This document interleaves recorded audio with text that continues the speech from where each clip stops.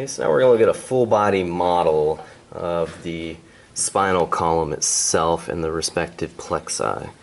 Okay, so starting up here at the top, so the first thing we can see, the frontal lobe of the brain, and you can see some of your cranial nerves. We'll cover cranial nerves later, but this is the olfactory nerve and the olfactory bulb. Okay, we can also see our optic nerves. These are two large nerves you can see immediately sticking out by the frontal lobe of the brain.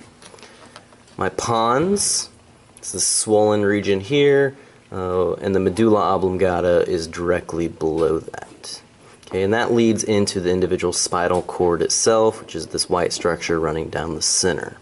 Now, branching off of the spinal cord are, of course, nerves, and we can group these nerves into plexi. These plexi are just groups of nerves that are all working together, interacting with each other.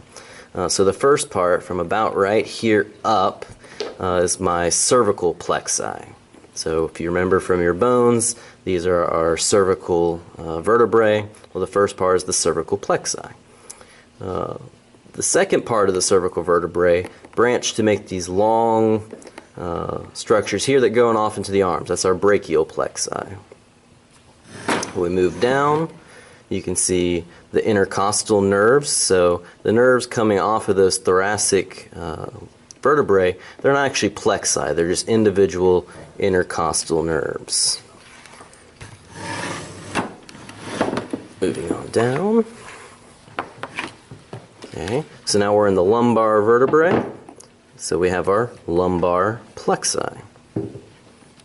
And finally, moving all the way down, you're in the sacrum. So the sacrum sits down here in our sacral plexi. And will accumulate into this single nerve here, the largest nerve in the body, the sciatic nerve. Okay, so looking back, so again, our whole spinal cord here. Well, if we follow the spinal cord, okay, it starts to widen right in this region right here. And it's called the conus medullaris.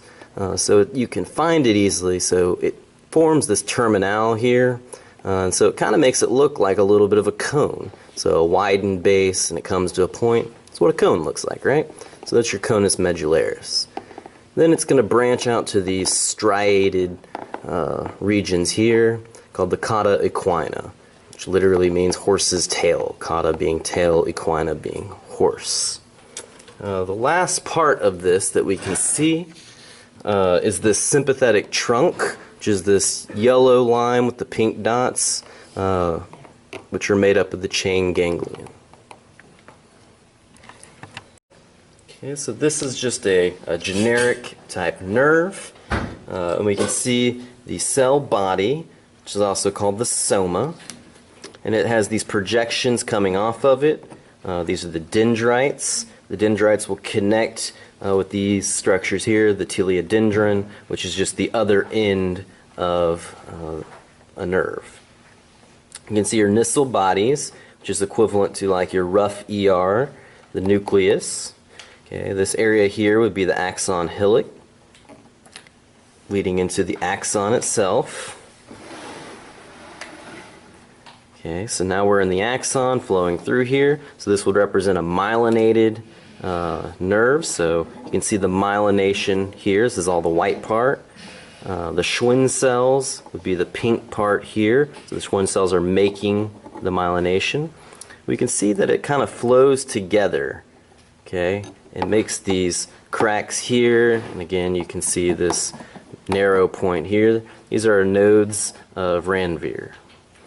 And then all of our nerves are surrounded by the endoneurium.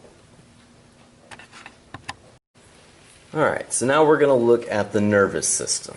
Okay, so the first thing we can notice, this is a cross-section of the spinal cord. So we can see that it composes of two different tissues. You have the white matter here, so these are our myelinated nerves. The gray matter here, which is the unmyelinated nerves. Okay, the first structure here, so we can see that this is a very wide and deep structure called the anterior median fissure.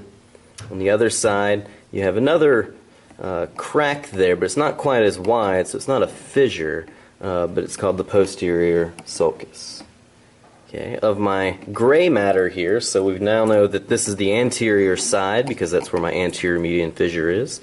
So that makes this an anterior horn of the gray matter. And this is the, well, these are both the anterior horns of the gray matter. My posterior horns of the gray matter are on both sides there. You can see the central canal, which is where your cerebral spinal fluid would sit. The gray commissure connects the two sides. You can also see my dorsal root leading into the dorsal root ganglion, and my ventral root, all leading to the spinal nerve.